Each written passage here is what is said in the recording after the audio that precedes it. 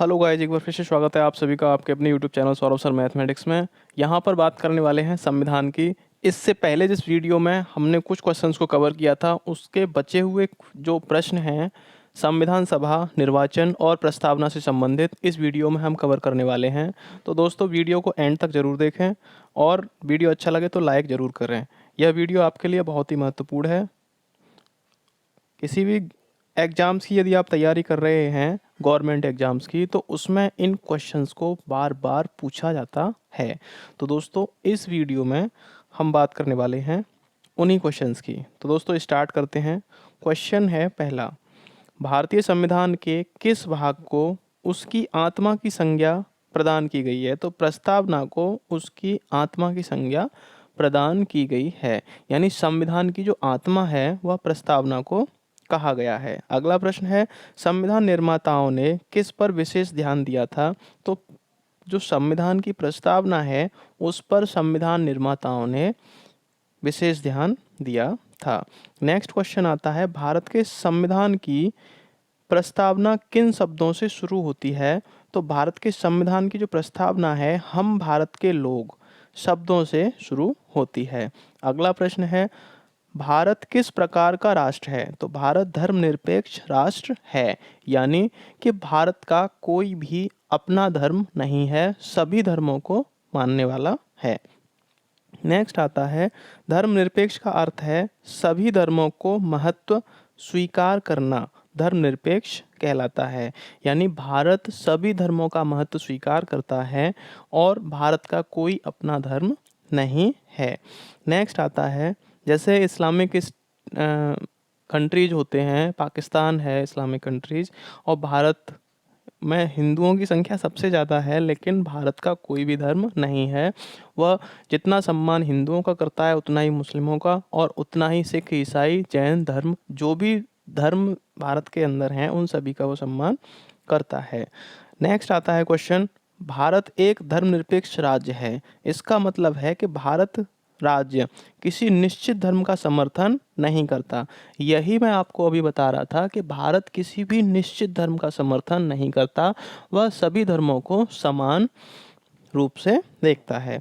Next आता है, गणतंत्र शब्द होता है राज्य जहां पर अध्यक्ष वंशानुगत रूप में न हो, यानी कि राजा का बेटा राजा न हो, वहाँ पर गणतंत्र शब्द का प्रयोग गणतंत्र राष्ट्र कहलाता है। और हमारा राष्ट्र भारत गणतंत्र राष्ट्र है, जहाँ जनता का प्रतिनिधि चुना जाता है और जनता द्वारा ही सरकार का निर्माण होता। तो प्रस्तावना में जो भारत को घोषित किया गया है, एक प्रभुत्व संपन्न समाजवादी धर्मनिरपेक्ष प्रजातांत्रिक गणराज्य के रूप में घोषित किया गया है। नेक्स्ट क्वेश्चन है, भारत एक गणतंत्र है, इसका क्या अर्थ है? तो भारत में वंशानुगत शासन नहीं है। यह क्वेश्चन बहुत बार रिपीट हो चुका है। पुलिस का यदि आप एग्ज़ाम देते हैं तो उसमें आता है, और टेट का अगर आप एग्ज़ाम देते हैं तो उसमें भी आता है, और एसएससी के जो भी एग्ज़ाम होते हैं वह इस क्वेश्चन को ज़रूर उठाकर रखते हैं। तो गणतंत्र, भारत एक गणतंत्र है, इसका अर्थ है कि भारत में वंशानुगत शासन नहीं है। वंशानुगत शासन आप समझ सकते हैं कि राजा का बेटा राजा होता था, उसे वंशानुगत शासक कहते थे। नेक्स्ट आता है, कौन सा शब्द भारत के संविधान की उद्देशिका में नहीं है? तो लोक कल्याण वाला जो शब्द है भारत की उद्देश्य संविधान की उद्देशिका में नहीं है। नेक्स्ट आता है, कल्याणकारी राज्य का उद्देश्य क्या है? तो कमजोर वर्गों के कल्याण का प्रबंध करना ही कल्याणकारी राज्य का उद्देश्य है। नेक्स्ट क्वेश्चन आता है, भारत को एक गणराज्य मुख्य रूप से माना जाता है क्योंकि राज्याध्यक्ष का चुनाव होता है, यानी कि जो राज्य का जो भारत का जो राष्ट्रपति होता है उनका भी चुनाव होता है, और प्रधानमंत्री होते हैं उनका भी चुनाव होता है, जो जनता के द्वारा चुने जाते हैं।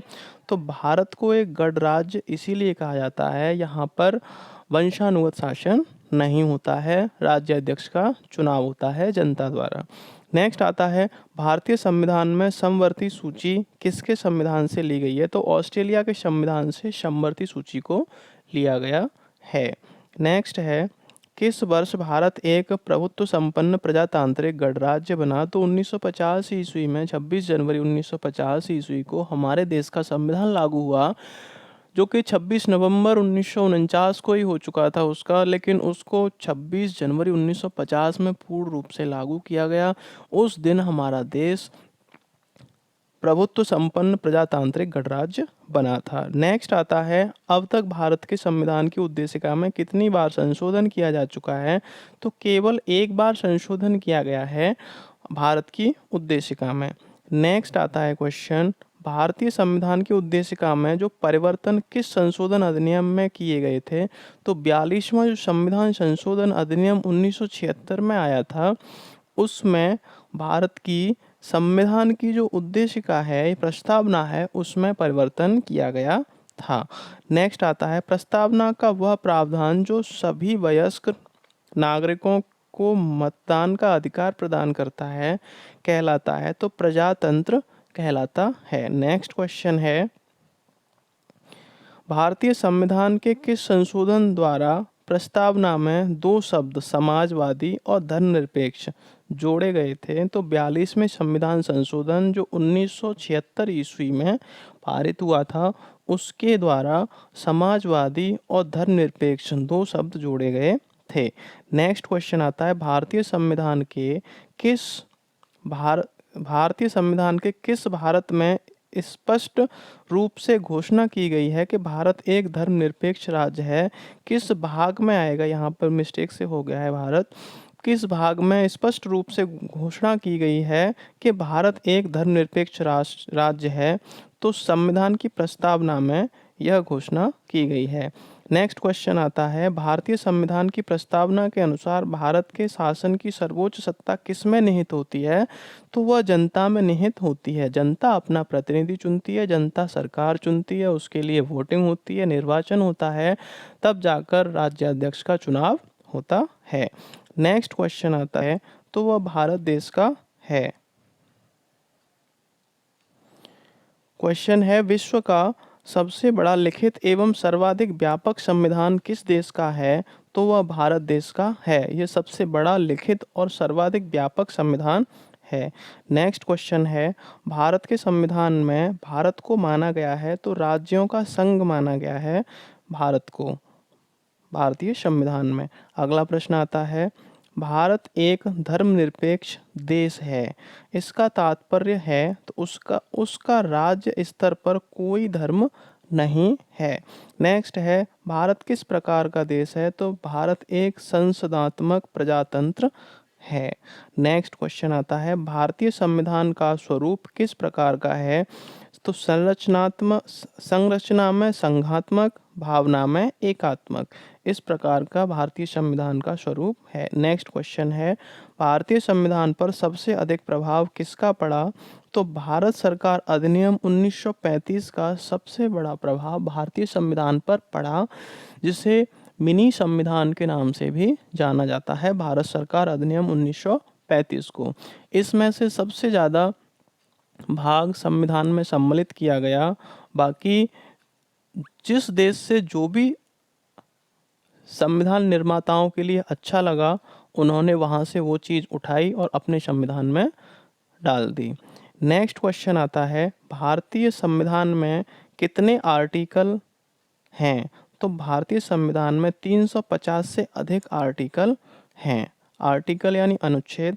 नेक्स्ट आता है, भारत में किस प्रकार की शासन व्यवस्था अपनाई गई है? तो ब्रिटिश संसदात्मक शासन प्रणाली को अपनाया गया है।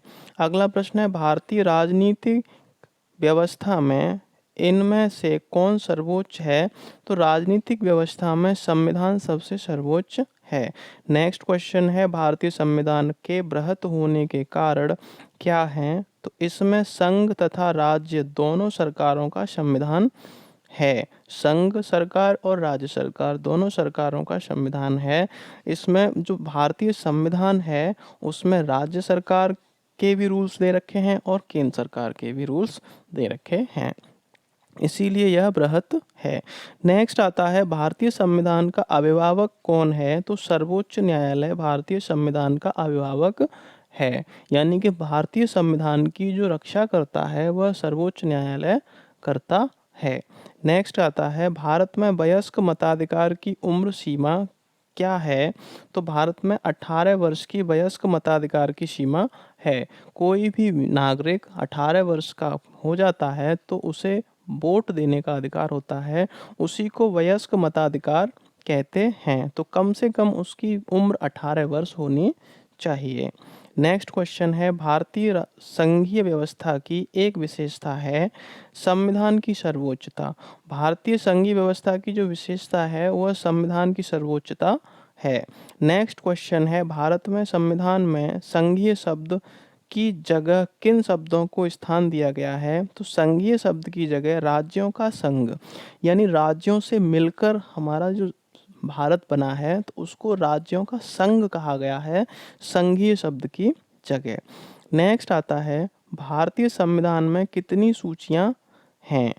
तो भारतीय संविधान में जो सूचियां हैं, ये क्वेश्चन डाउट में है दोस्तों, अभी इसको अगले आने वाले वीडियो में मैं क्लियर कर दूंगा। नेक्स्ट आता है, भारत का संविधान अपना प्राधिकार किससे प्राप्त करता है? तो भारत की जनता से प्राप्त करता है। अगला प्रश्न है, भारत में द्वैध प्रभुसत्ता निहित है, तो किस में निहित है? संविधान में निहित है।